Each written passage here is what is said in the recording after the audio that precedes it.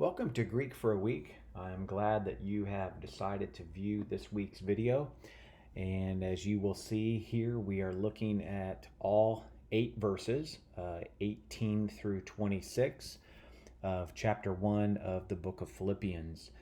So this is the opportunity where we not only look at a number of verses at one time, but we try to show the relationship between these verses and what is it grammatically that connects these verses and even phrases and words so that we can best understand their syntactical relationship. So I just want to note a couple of things on this first slide. You'll see here that we have a gar in verse 19. We also have another gar in verse 21, which will help us structure this paragraph. Those will, you could call them reasons why Paul is rejoicing up here. Then you're going to notice there are several des, okay, and those are conjunctions that further, you could say, strengthen the argument. They further support the argument, and they basically, simply stated, they just continue the argument that Paul is making as he rejoices, which I'm going to contend on the very last slide that rejoice is the primary point throughout these 8 verses. I don't really see anything sticking out as a main point other than the fact that Paul is rejoicing. And again, we'll see a number of reasons why I'm making that particular point. So let's move on. We'll start the diagram here. So verse 18, and I put up the first part of verse 18 just for context. We're still looking at the latter half of 18 here, 18b through 26, but I wanted to go ahead and put all of it up for you. So Paul says, then what? Except that in every way, whether in pretense or in truth.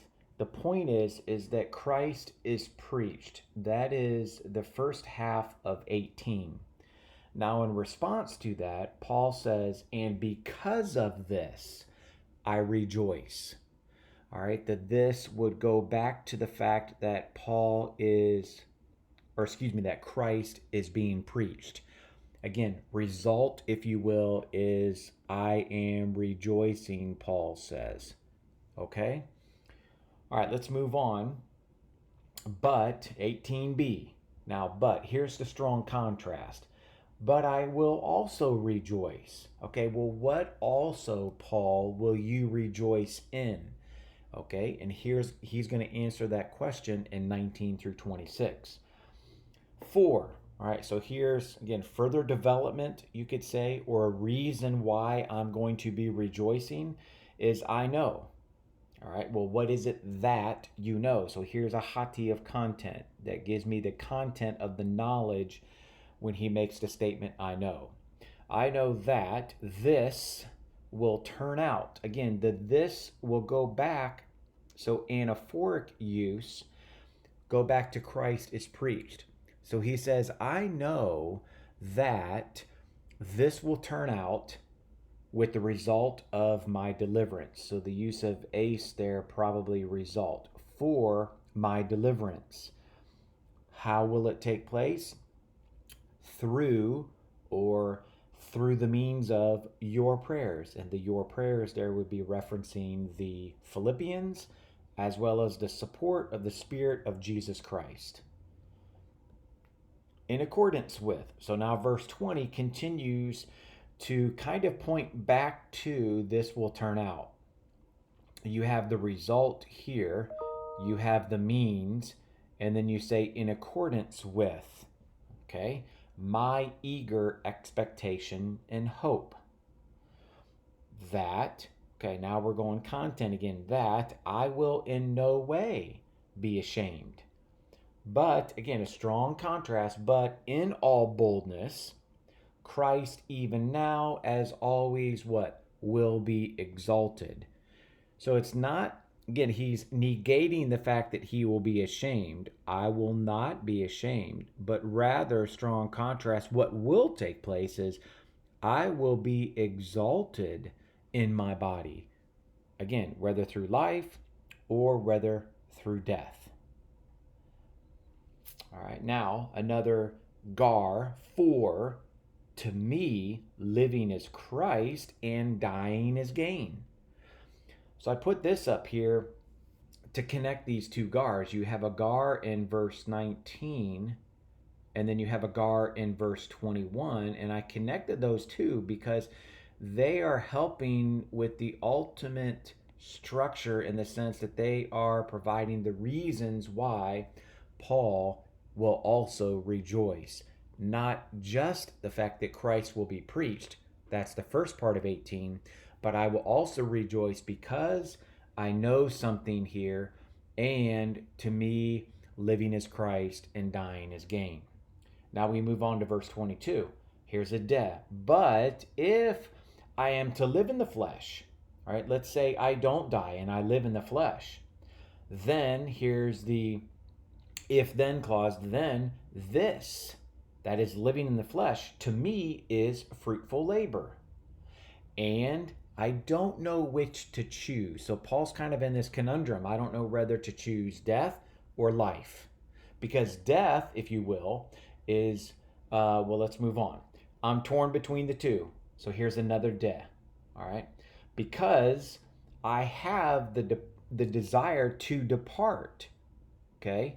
And to be with Christ. That's my desire, which would obviously be death. For what? That is much better. See, that's Paul's conundrum. I know it's better to be with Christ. But, okay, here's another one.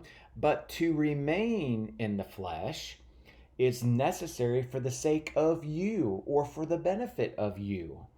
And because I am convinced of this, in other words, because I am convinced, this here points back, because I am convinced that it's necessary for me to remain, I know. Again, content of the knowledge is that I will remain and I will continue with all of you.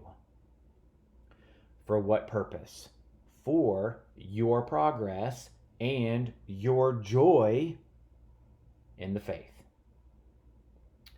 So that, what's the result? Here's a Hina result. So that your confidence may abound in Christ Jesus.